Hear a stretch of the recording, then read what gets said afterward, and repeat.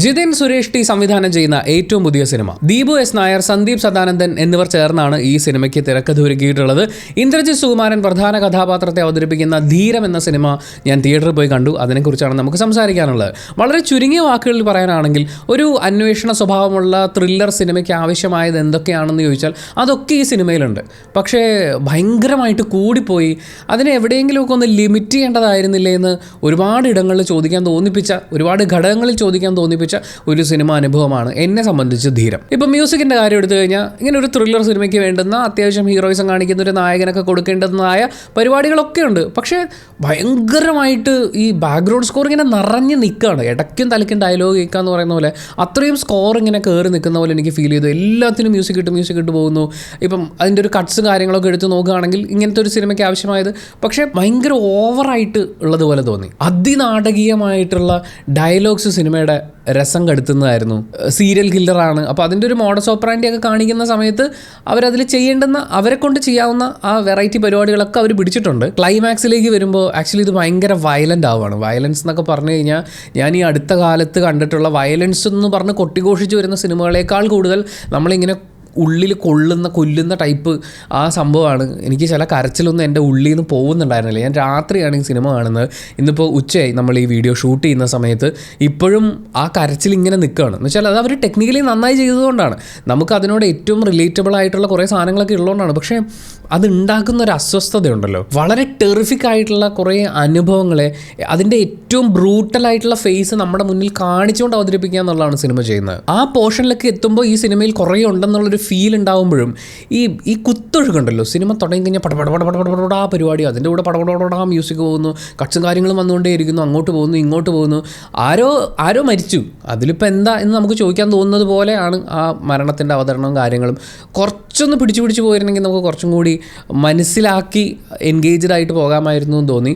എന്നെ സംബന്ധിച്ചൊരു average one time watchable അനുഭവം മാത്രമായിട്ടാണ് ഈ സിനിമ മാറുന്നത്. എനിക്ക് പോസിറ്റീവ്സിനേക്കാൾ കൂടുതൽ ഈ സിനിമയിൽ തിരുത്താമായിരുന്ന കാര്യങ്ങളാണ് ഫീൽ ചെയ്യുന്നത്. പോസിറ്റീവ്സിലേക്ക് കടക്കാനാണെങ്കിൽ എൻ്റെ ഈ സിനിമയെ സംബന്ധിക്കുന്ന ഏറ്റവും വലിയ പോസിറ്റീവ് ഇതിൻ്റെ ടുവേർഡ്സ് ദ ക്ലൈമാക്സ് വരുമ്പോഴാണ്. എന്ന് വെച്ചാൽ വളരെ കാലിക പ്രസക്തമായ, നമ്മളൊക്കെ ഓൾറെഡി ന്യൂസിലൂടെയൊക്കെ അറിഞ്ഞിട്ടുള്ള ഒരു വിഷയത്തിനെ അതിൻ്റെ ആ ഒരു ബ്രൂട്ടാലിറ്റി, അത് എത്ര ഭീകരമായിരുന്നു, ആ കടന്നു പോയിട്ടുള്ളത് എത്ര ബ്രൂട്ടലായിരുന്നു എന്നുള്ളത് അത് നമ്മളെ കാണിച്ചു തരുന്നുണ്ട്. നമുക്കതിൻ്റെ ഫീല് കിട്ടുന്നുണ്ട്, അതിൻ്റെ ഏറ്റവും ടെറിഫയിങ് ആയിട്ടുള്ള സംഭവം കിട്ടുന്നുണ്ട്. പക്ഷേ ദാറ്റ്സ് ടു വയലൻറ്റ്. അത് നമുക്ക് കണ്ടിരിക്കുക എന്ന് പറയുന്നത് എന്താ പറയുക, നമ്മളിപ്പോൾ ആക്ഷനാണ്, നമ്മളിതൊരു സിനിമയാണ് എന്ന് പറഞ്ഞ് കണ്ടുകൊണ്ടിരിക്കുന്നത് പോലെ അല്ല. ഇതിനകത്ത് ഈ സൗണ്ടും കാര്യങ്ങളും എല്ലാം നന്നായിട്ട് ഇവർ ചെയ്തിട്ടുണ്ട്.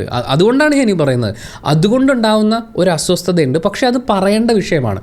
അതിൻ്റെ പെയിൻ എത്രത്തോളമാണ് എന്ന് ആളുകൾ മനസ്സിലാക്കേണ്ടതുണ്ട്. സ്കൂളുകളൊക്കെ കേന്ദ്രീകരിച്ച് അതിശക്തമായി തന്നെ ഇതിൻ്റെ ഭീകരത എത്രത്തോളമാണെന്നുള്ളത് അത് മാറാൻ വേണ്ടിയിട്ടുള്ള കാര്യങ്ങളും നടപടികളും ഒക്കെ എടുക്കേണ്ടതാണ്. പക്ഷേ ഈ ബ്രൂട്ടാലിറ്റി, ഇപ്പം എന്നോടിപ്പം എൻ്റെ വീട്ടിലൊരാൾ വന്നിട്ട് ഈ സിനിമയ്ക്ക് പോകണമെന്ന് ചോദിച്ചു കഴിഞ്ഞാൽ എൻ്റെ പൊന്നു മോനെ കണ്ടിരിക്കാൻ നല്ല പാടാണ്, ഈ ഒച്ചപ്പാടും ഈ സാധനമൊന്നും നമ്മുടെ ഉള്ളിൽ ഭയങ്കര പാടാണ് എന്നേ ഞാൻ പറയുള്ളൂ. കാര്യം അത്രയും ബ്രൂട്ടലാണ്. നിങ്ങൾക്ക് അത്രയും ബ്രൂട്ടലായിട്ടുള്ളൊരു സാധനം കണ്ടുകൊണ്ടിരിക്കാൻ പറ്റുമെങ്കിൽ ടുവേർഡ്സ് ദ എൻഡ് സിനിമ എനിക്ക് ഓക്കെയാണ്. പക്ഷേ സിനിമയുടെ തുടക്കം, അതുപോലെ ക്യാരക്ടറൈസേഷൻ, അതിനാടകീയത, കുറേ കാര്യങ്ങളുണ്ട്. നമുക്ക് ഓരോന്നായിട്ട് പറയാം. ഒന്നാമത്തെ കാര്യം, ഈ സിനിമയിലെ എല്ലാ കഥാപാത്രങ്ങളും ഇതൊരു ത്രില്ലർ സിനിമയാണെന്നും അന്വേഷണമാണെന്നും നമ്മളൊക്കെ പോലീസുകാരാണെന്ന് പോലീസുകാരും നമ്മൾ പേടിക്കേണ്ടവരാണ് എന്ന് ബാക്കിയുള്ളവരൊക്കെ ചിന്തിക്കുന്ന അങ്ങനത്തെ ഒരു, ഇത് ത്രില്ലർ സിനിമയാണെന്ന് അറിയുന്ന കുറേ കഥാപാത്രങ്ങളുള്ള സിനിമയാണ്. എല്ലാവരും വന്ന് ഇപ്പോൾ ഒരു കൊല നടന്ന് കിടക്കുകയാണ്, ഒരാളെ കഴുത്ത് വെട്ടിയിട്ടുണ്ട്, നെഞ്ചിൽ കുത്തുകൊണ്ടിട്ടുണ്ട്, വരുമ്പോൾ തന്നെ ഈ പോസ്റ്റ്മോർട്ടമോ ഒരു പരിപാടി നടന്നിട്ടില്ല. പോലീസുകാരൻ വന്നിട്ട് ഇത് ആദ്യം ഈ മരണകാരണമായിട്ടുള്ളത് ഇതാണ്, അതിനുശേഷം വീണ്ടും ചെയ്യുകയായിരുന്നു എന്ന് പറയുമ്പോൾ ഇയാൾ പോസ്റ്റ്മോർട്ടം കഴിഞ്ഞിട്ട് സംസാരിക്കും. ഇതൊക്കെ ജീവനോട് ഇരിക്കുമ്പോൾ തന്നെ സംഭവിച്ചാണെങ്കിലോ. കാരണം മേലുദ്യോഗസ്ഥൻ വരുമ്പോൾ സർ ഇങ്ങനെയാണ്. ഇതിനൊരു കറക്റ്റ് ടോണും കാര്യങ്ങളും ഒക്കെ വെച്ചിട്ട് ഒരു ത്രില്ലർ സിനിമയാണ്, അതുകൊണ്ട് നമ്മളിങ്ങനെ ഡയലോഗ് പറയുന്നതാണ് എല്ലാവരും ത്രൂ ഔട്ട് ദ സിനിമ സംസാരിക്കുന്നത്. ഈ സെക്കൻഡ് ഹാഫ് കുറച്ച് കഴിയുമ്പോഴേക്കും ഇന്ദ്രജിത്ത് ഒന്ന് അയയുന്നുണ്ട്, ഒരു സാധാരണ മനുഷ്യരിലേക്കൊക്കെ വരുന്നുണ്ട്. പക്ഷേ അല്ലാതെ മൊത്തം എനിക്കിത് ഇങ്ങനെയാണെന്നാണ് തോന്നുന്നത്, അതിങ്ങനെയാണ് അങ്ങനെയാണ് എന്ന് പറയുന്ന ആ ഒരു പാറ്റേണിൽ ഓൾറെഡി അന്വേഷണ ഉദ്യോഗസ്ഥ കൂടെ തന്നെ ഉണ്ട്. അവരെല്ലാ കാര്യങ്ങളും അറിയുന്നതുമാണ്. അവർക്ക് വീണ്ടും ഒരു എക്സ്പ്ലെയിൻ ചെയ്ത് കൊടുക്കുകയാണ്, ഒരു സ്പൂൺ ഫീഡിങ് പോലെ. ഒരു വിറ്റ്നസിനെ കിട്ടി, ആ വിറ്റ്നസിനെ ചോദ്യം ചെയ്യുന്നത് ശരിക്കും കുറ്റവാളിയാണെന്ന് കോടതി വിധി എഴുതിയ ആളെ ചോദ്യം ചെയ്യുന്നത് പോലെയാണ്. എന്ന് വെച്ചാൽ അവരൊരു വിറ്റ്നസ്സാണ്. അപ്പോൾ വിറ്റ്നസിനോട് നമ്മൾ നന്നായി സംസാരിക്കുക, അവരുടെ എവിഡൻസ് നമ്മൾ കളക്ട് ചെയ്യുന്ന സമയത്ത് അവിടെ ഒരു മര്യാദ കാണിക്കുക. ഇതൊന്നുമില്ല.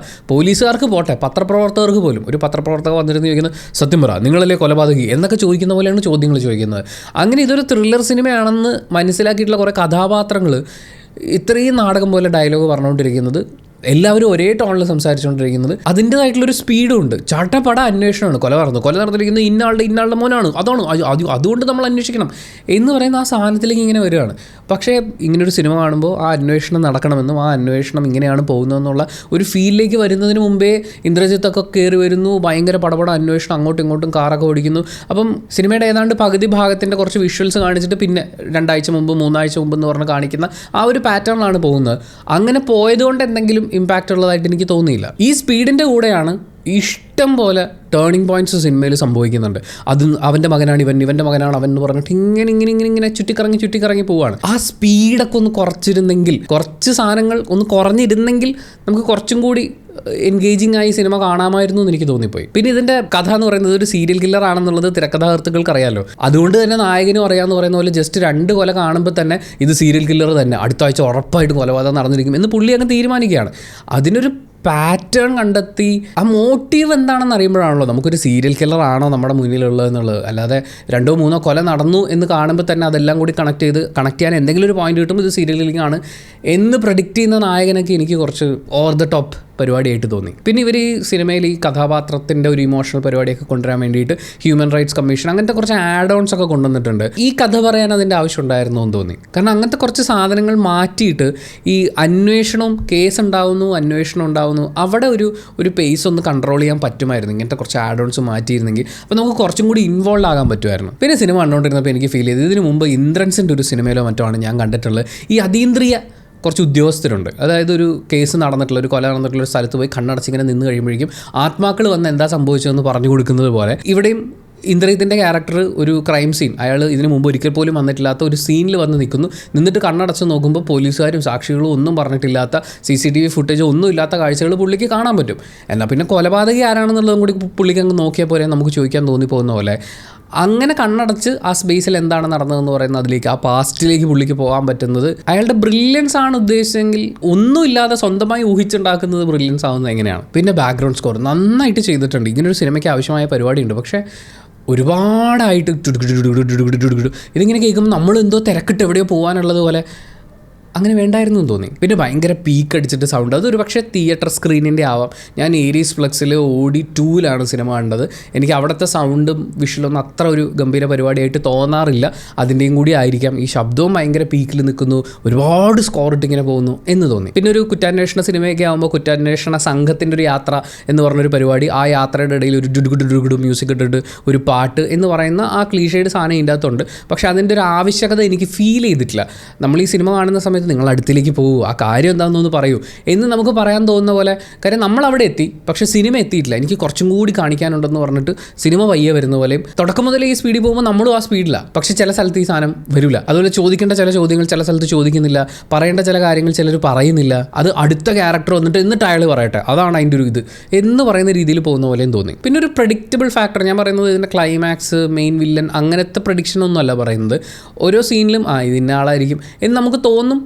അങ്ങനത്തെ ഒരാളാണ്. കാരണം അത്യാവശ്യം പോപ്പുലർ ആയിട്ടുള്ള ഒരാളെ കൊണ്ടുവന്ന് താരതമ്യേന ഒരു എഫക്റ്റും ഇല്ലാത്ത എന്ന് തുടക്കത്തിൽ നമുക്ക് തോന്നുന്നൊരു ക്യാരക്ടറിൽ കൊണ്ടുവരുമ്പോൾ നമുക്കറിയാമല്ലോ ഇയാൾക്ക് എന്തെങ്കിലും ഒരു റോൾ ഉണ്ടാവുമെന്ന് എന്ന് പറയുന്ന പോലത്തെ കുറേ സാധനങ്ങളുണ്ട്. എന്നെ സംബന്ധിച്ച് ഈ സ്പീഡ് ഭയങ്കരമായിട്ട് കൂടിപ്പോയതുകൊണ്ട് ഒട്ടും ഗ്രിപ്പ് കിട്ടാതെ ഇങ്ങനെ ഓടിക്കൊണ്ട് പോയിട്ട് അവസാന ഭാഗത്തേക്ക് എത്തുമ്പോൾ വളരെ സീരിയസ് ആയിട്ടുള്ള കാലിക പ്രസക്തിയുള്ളൊരു വിഷയം അതിൻ്റെ ബ്രൂട്ടാലിറ്റി ഒട്ടും ചോർന്നു പോകാതെ അവതരിപ്പിച്ചു. അത് മികവാണ് എന്ന് പറയുമ്പോഴും അതിലെ വയലൻസ് സത്യം പറഞ്ഞാൽ എനിക്കും കുറച്ച് ബുദ്ധിമുട്ടായിരുന്നു കണ്ടിരിക്കാൻ വേണ്ടിയിട്ട്. സോ ആദ്യത്തെ ആ ഗ്രിപ്പില്ലാത്ത ആ ഫാസ്റ്റ് പേസ്ഡ് കഥ പറച്ചിലിൽ ഗ്രിപ്പോടുകൂടി പിടിച്ചിരിക്കാൻ നമുക്ക് സാധിച്ചാൽ അവസാനത്തെ ആ വയലൻസ് സാധനങ്ങൾ അത് കുഴപ്പമില്ലാതെ നമുക്കൊന്ന് കണ്ടിരിക്കാൻ പറ്റുമെങ്കിൽ വളരെ പ്രധാനപ്പെട്ട ഒരു വിഷയം സംസാരിക്കുന്ന ഒരു സിനിമയാണ്. പക്ഷേ ആ വിഷയം ആരിലേക്കാണോ എത്തേണ്ടത് പ്രധാനമായിട്ടും അവർക്ക് ഈ സിനിമ കാണാൻ തന്നെ പറ്റില്ല എന്നുള്ളതാണ് ഇതിൻ്റെ സർട്ടിഫിക്കേഷൻ.